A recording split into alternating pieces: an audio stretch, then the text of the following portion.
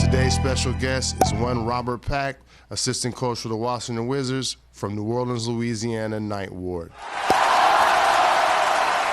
I was an undrafted player, so when I watch guys playing hard, whether drafted or undrafted, just seeing the hunger in their eyes and through their play, it gets me excited. Robert Pack picked up by the Nuggets, and he is developing into one exciting player. Robert, man, what's it like in the afterworld, man? Tell me, man, what's a bubble like, bro?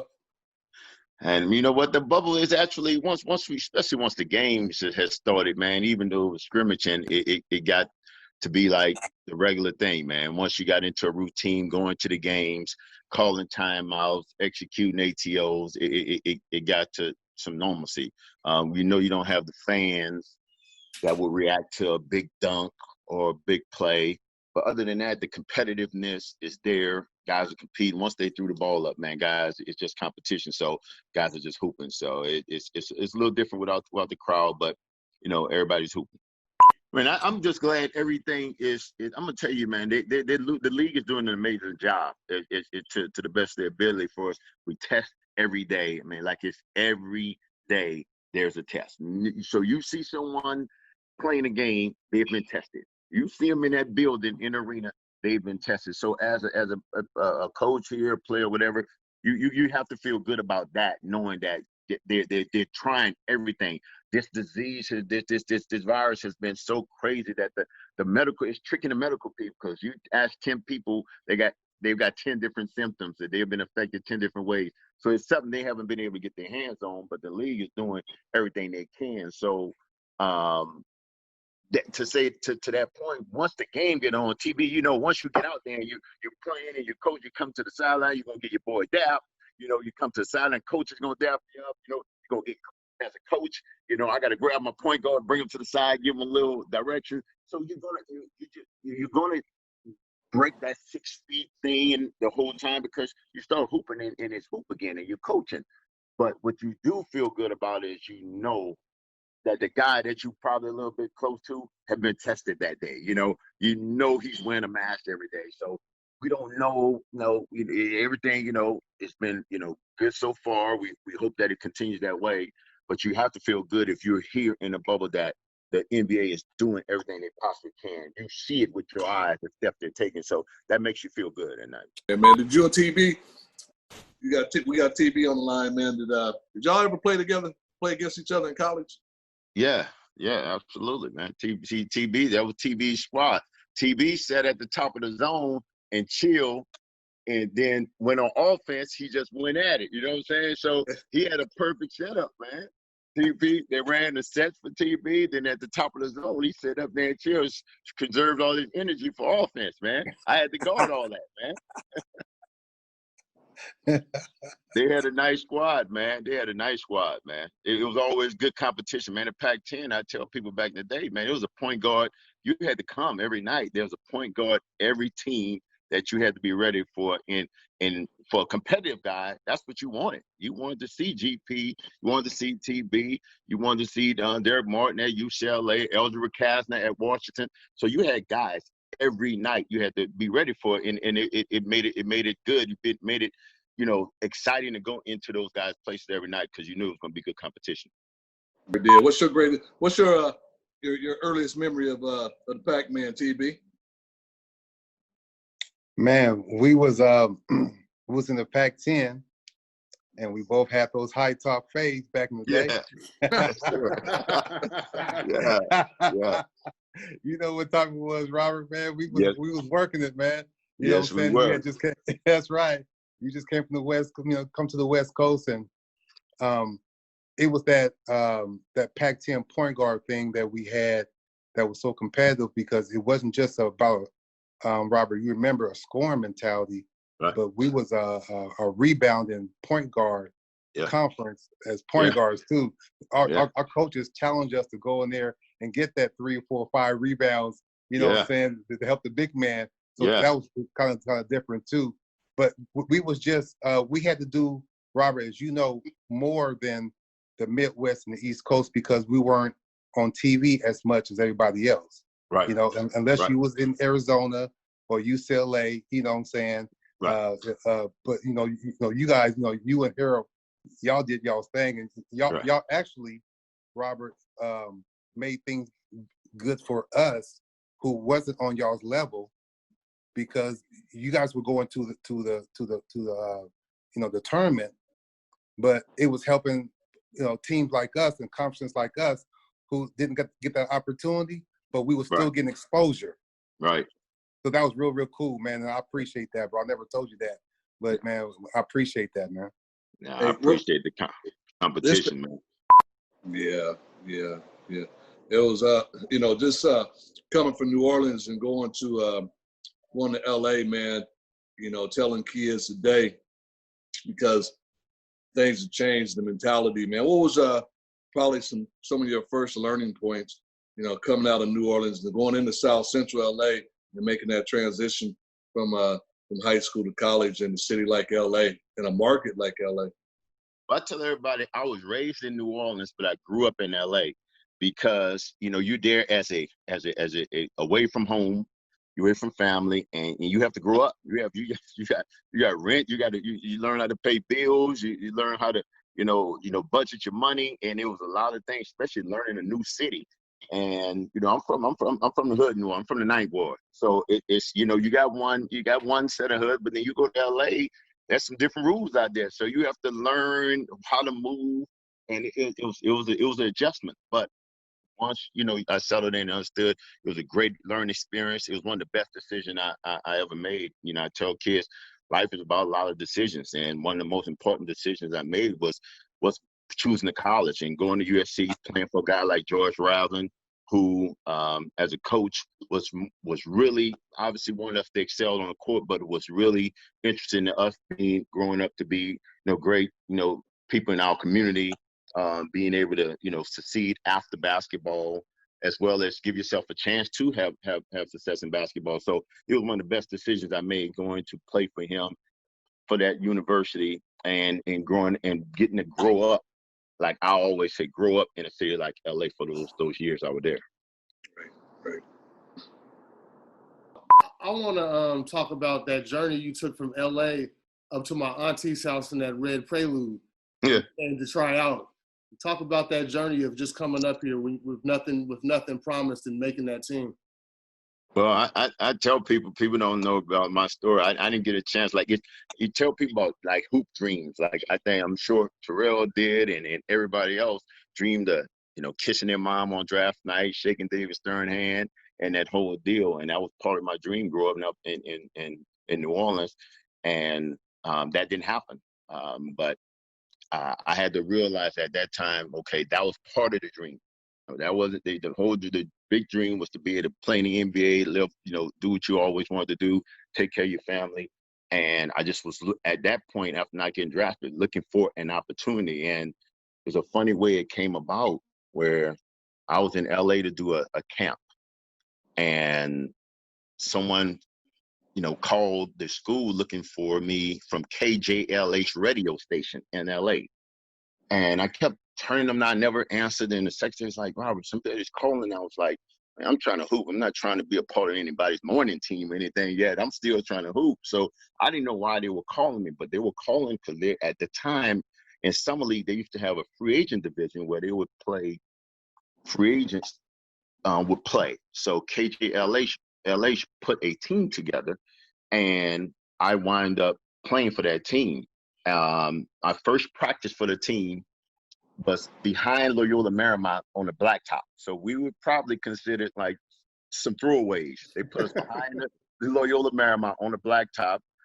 Clay Mosier put us through a few plays and brought us in. The first game I had 21-6. Clay realized he had a player on the team, so he ran everything through me from that point on. But needless to say, man, I wound up being MVP of the Summer League that year. Portland came down, walked on the court. Brad Greenberg walked onto the court and invited me to veteran camp. And that's how I got the camp with Portland. A team that was loaded in 91-92 season. It wasn't expected for me to make the team. I was supposed to probably be a practice player, get them through camp, give Terry Porter some work, get them ready for camp, and then cut me. And I wound up, making the team, man. And it was what I hoped for, get a opportunity. bring me to camp, and that's all I could ask for. And I took advantage of it, and it worked out for me, man. I got a question for both of y'all too, man. It's kind of because of the cultural change in basketball and the NBA, all the way down to AAU ball, because that's so much different when y'all was coming up. Can you talk about Robert and TB? You know, we talk about this a lot, man. Just a noticeable culture change and how players interact, and you know, their involvement not only on the court but off the court in the game today, and how much it is different. And when did you notice it? You know, the like the most significant change, you know, with these young players. Well, Robert, you remember, man, we grew up on the street in Smith. Yeah, you're right. So, you know what I'm saying? So, you know, all the exposure we had, we didn't have, you know, the technology, we didn't have the ESPN, the Fox and all that. Man, we had to jump in that newspaper and find out what was going on in Louisiana, Right. or DC, or LA, or Portland, or, you know what I'm saying, New York. So I think that was what was crazy difference, that our mind frame of trying to learn what was going on, not just in our region, but, you know, in the East Coast, West Coast, Midwest, the South, and all that. I think that has a lot to do with it too. And absolutely, like to Terrell's point, man, you didn't really, the AAU scene wasn't as big, so you wasn't seeing all these guys. You weren't interacting with each other that often. If your team was lucky enough to make it out of your region, maybe you made it to a national of AAU, then you saw like, okay, I've been reading about this guy in Street and Smith, so now he's here. I've never seen him. These guys now, they see each other all year. So it's no big deal to see the next guy when they get to maybe one of the big tournaments that they have. You know, I know Atlanta has the Peach Jam, and they have some of these big tournaments that these guys, but they already know each other by that time. Back then, when we got there, you know, that was probably our first time seeing someone from the West Coast, Portland, you know, New York. So it's a little different. And I think that you read about him. So when you got there, you wanted to compete. You wanted to measure yourself up against that guy you had been reading about. So it was probably your only shot to compete against that guy who was ranked so high. So I think it's a big difference now, and what, you know, what we had to go through and what these guys are going through now. Robert, man, you remember that Phil Slammer Jam back in the day? Man, when we heard about Lonzo Mourning, and he had 27 points and 27 rebounds. Man, you remember that, bro? Yes, sir. Zan Mason, and it was some dudes who was like, man, what time? Remember Anderson Hunt and everybody came out? Oh, you know what I mean?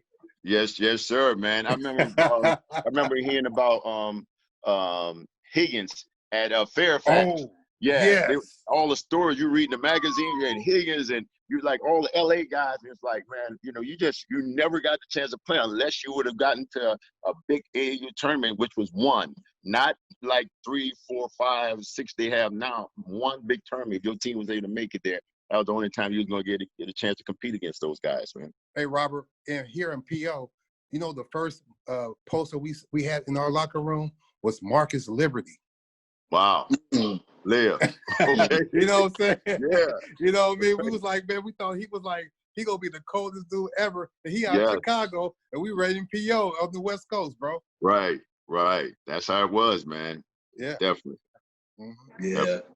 Yeah, that's Robert, you being from New Orleans and all, talk to me about the first time when you got into the NBA that you got a chance to play against former New Orleans native Avery Johnson. How'd that feel? Did you attack him? Oh, of course. And then you obviously had a respect for him, because not only was he from New Orleans, and I had watched him, I remember watching, it was so far back that Avery played on a team called St. Augustine in New Orleans that produced like Down Arroyo, Kerry Kittles, some other good players that have come out of there.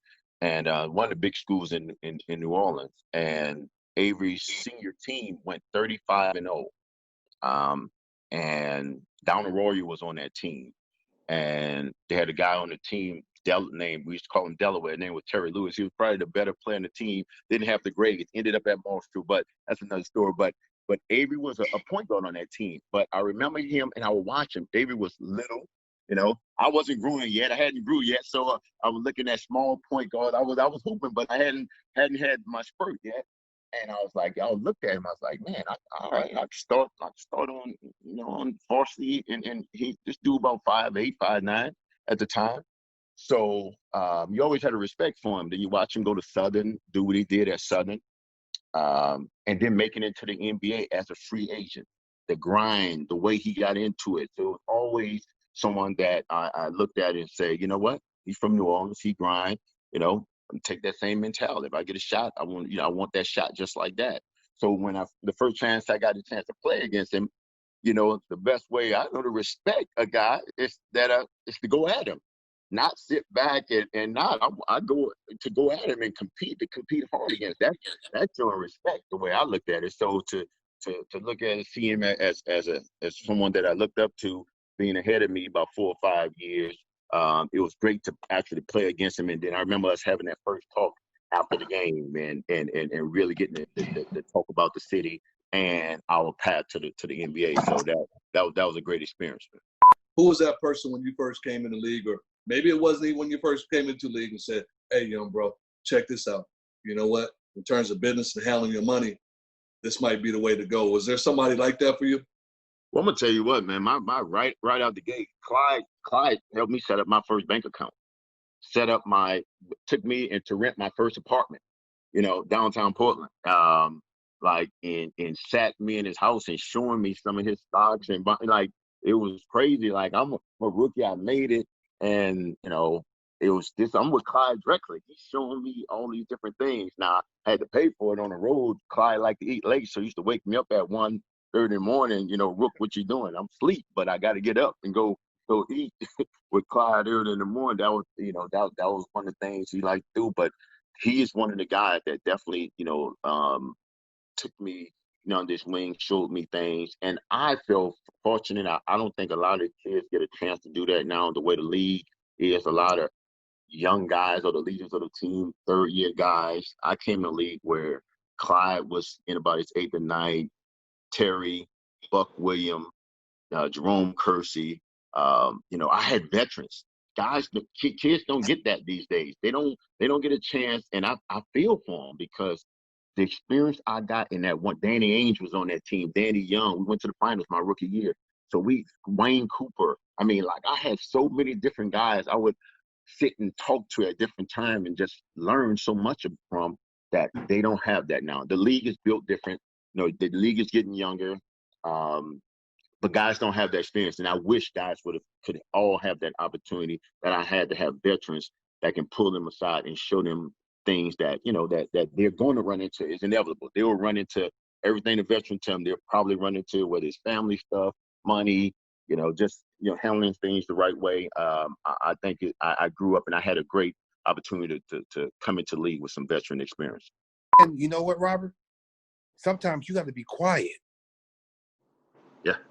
And play the role and be a good person. And right. When you're a good person as well, you can last a little bit longer than a person that maybe sometimes more talented than you. Absolutely. Yeah, absolutely. That's the professionalism part of it, and that they have to learn at a young age. And the sooner they can learn that, the better off they can be, man. On both of Terrell and Robert personally, I just think that both of you guys are the way that you handle yourselves in and out of public, in games, out of games. I've seen you guys for many years do it just real smooth, and you guys, I definitely appreciate the giving back. Like Robert, I know you got something going on with Master P down in New Orleans. I saw some of that stuff. And Terrell, I've been up close and personal and seeing the stuff you've done in our own neighborhood. And I'm just really appreciative of the role models and the good, solid brothers you are, and you guys are the OGs now. And I just wanted to say that. Much love, man. Hey, Robert. Hey, Pac. Hey, Robert. He didn't make you say, did he? Hey, Robert. Tell him about the AAU team, Robert. You and Master P. Yeah, hey, Robert. Hey, Robert, ain't that a trip they call it the OGs now? Man, the OGs now, man. We looked at back in the day, T. We thought we looked that was so far off from us, and now we're here, man. Yeah. Hey, Robert. Hey, Robert. I talked to GP, man, and he told me he remembered when Master P was coming up, and he was like, he wanted to play ball. He wanted to be a hooper, man. Right. Master P wanted to be a hooper, but then he said, he actually came to Jay, like he was going around. He was like, "Hey man, I got this rap thing going on." And GP said he actually came to. He said, and GP told me, he said, "This is the stupidest thing he ever did in terms of business. Is not invest in Master P with his rap thing, because obviously, you know, he made $1 million, and he said he was telling people, "Hey man, I play ball. I'm a baller. I'm a hooper, but I got this rap thing going on." Right. And GP was like, "Man, whatever, man. I ain't trying to hear that, man." He said he kicked himself to this day, man. Yeah. No, GG. I mean, he definitely wanted to hoop, man. We played AAU together growing up, the New Orleans Spartans, man, and we P and then Percy. That's what's crazy when he came out. The whole Master P, he was Percy to us, you know, growing up, and then he went away. I think he came out to the West Coast of Richmond. I think he wound up Richmond up in Northern California somewhere, and that's when the rap thing took off, and he came back to the hood and was selling out the trunk, and he was the ice cream man then. You know, he was Master P and everything. So it was crazy, but it was great to see him and his experience of growing up with a guy that we both come from the same struggles. You know, he went to Booker T and Warren Easton. I went to Lawless, and knowing that he was always wanted to be a hooper, man. How much is hip hop in New Orleans synonymous with basketball? Man, it actually is, because you have a lot of guys down there that like have branched off. You know, whether you really know their name about making it or not, they grew up hooping. You know, they grew up hooping. But Pac, man, check this out though, dog. Everybody want to be a hooper. Yeah. Football players want to be hoopers. Rappers want to be hoopers. Every now and then you see a hooper want to be a rapper. Right. Every now and then you see a hooper want to go and say, "Man, I'm gonna go and play baseball." Deion Sanders. But everybody want to be a hooper, dog. Yo, I got one thing for y'all. I went to school at Southern University in New Orleans, so I got a story. So tryouts come for all the walk-ons, and this dude named Corey comes and tries out. So Corey's in and out about wanting to play on the team or not. So Corey tells me, "Yo, I'm about to go. I'm gonna stop trying out and go start doing my rap thing with P." I said, "With P?" He said, "With Master P. You know, he out in Richmond." I said, "Okay." It turns out that Corey is Mr. Servon. Corey has sold platinum albums with Master P. That's his boy. And Corey actually helped me get adjusted to life at SUNO, Southern University of New Orleans. I just want to give a shout out to Corey. So that's the story of a basketball player that was in between and chose rap and made it. Talk about if you could go back now and vicariously put yourself in a situation where you're in the league now, knowing what you guys know now, and especially like with this movement that's going on, because today the players can be a little more outspoken and they can talk up, whereas when y'all was coming up, you couldn't do that because a la Craig Hodges, a la Chris Jackson, Mahmoud Abdul-Rauf, you know, they would just get rid of you. So can you talk about, especially now with the opportunity with Black economic empowerment, with this movement that is going on, just put yourself vicariously in a situation. You're talking about that professionalism. What is it that you would do to where that would resonate, where the younger kids could hear that and could benefit from that today? Well, when I say the professionalism, it's the little things that a lot of kids are younger, so they understand how important being on time is. You know, making sure you set an appointment, whether it's a rehab, be there, do that. You know, follow through. There's a lot of little things that's the professionalism part that GMs and they take note of. You know, that you may not be understand now, but when it comes contract time, or when it comes about people calling for you the next for your next team, all that matters. That's the professionalism part. It's a business, and you have to. Those things matter. It's other people's time. It's a well-oiled business, and these well-oiled machine that it runs. And if you're supposed to be there at a certain time, you have a time slot. You have to be there. You can't be late. You know, that pushes things back. So all those little things, when I talk about being less professional, really impacts your career. You may not think it, but it has an impact on your career.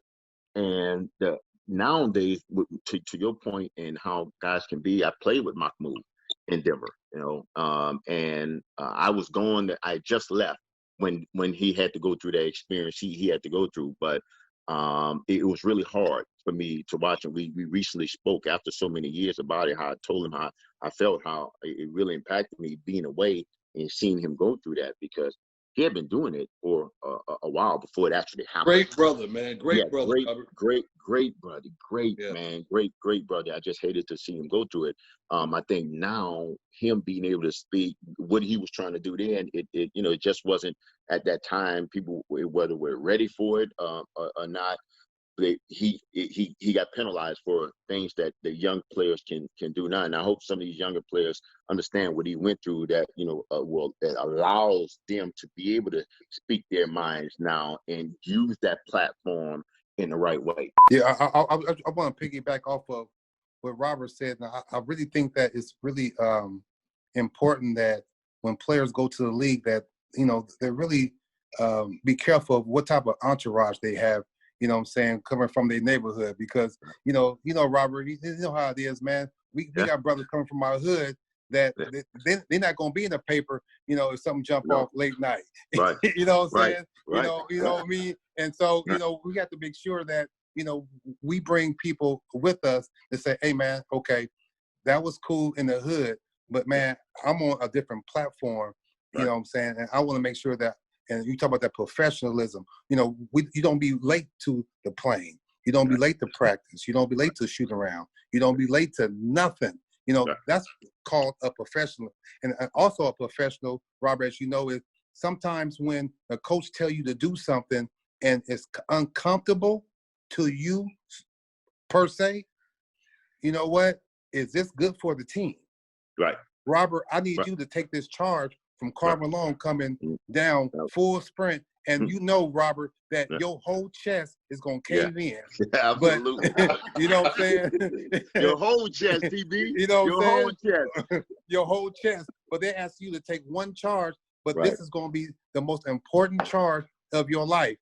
Are you gonna take it, or are you gonna go to your homeboys and say, well, man, you know what I'm saying? If I was you, man, I would. No, man, you take that charge, man. You know what I'm saying? And you be respected for the rest of your life from your peers. Hey, it'd be better for the Pelicans, man, if you keep Zion away from Lou Williams, man. Just make sure he don't go to Atlanta with Lou. And y'all be all right, dog. Hey, man, that's a whole nother story. Hey, man, I'm just saying, man. That's a whole nother story, man. I like chicken wings. I got the wings again, I guess, man. Yeah, man. What you got? You got anything, TB, before you get out, though? Man, TB, you crazy, man. Hey, man, I just had to say it, man. Lou taking pictures and posing, man. Come on, man. I just went to get some chicken wings, man. Hey, man. Everything is so much of a trip. But I want to say, Robert, man, be careful, bro. You know what I'm saying? I love you, bro. You know what I'm saying? And, not just as a brother, because, you and I didn't see each other up in New Orleans. When I was rolling in New Orleans one night, TV will give you some insight. I was rolling down New Orleans one night, late night, and all of a sudden somebody walked up to me, right? And they was like, man, I know that walk, and turned around, it was Robert. Yeah. Where's he at, Robert? Yeah. Where's he at, man? Yes, man, I was up in New Orleans doing some work with TB Enterprises. And I turned around, man, and Robert was right behind me. He said, I got you, man. Don't worry about nothing, man. Yeah. So, Robert, I never forgot that, man. Yeah, I remember that, man. Absolutely. Thank you for having my back, man. I appreciate it. Oh, you know it, man. Yeah, without a doubt. Love you, man. But, hey, once I saw you, you was good. You ain't worried about nothing down there, man. Absolutely. Hey, when they saw me with you, I said, I'm all good now. Yes, sir. I appreciate that, Robert. Thank you, brother. Life is good. You know what I mean? Like, 100,000 for the cheapest ring on the nigga finger, little bitch. I done flew one out to Spain to be in my domain.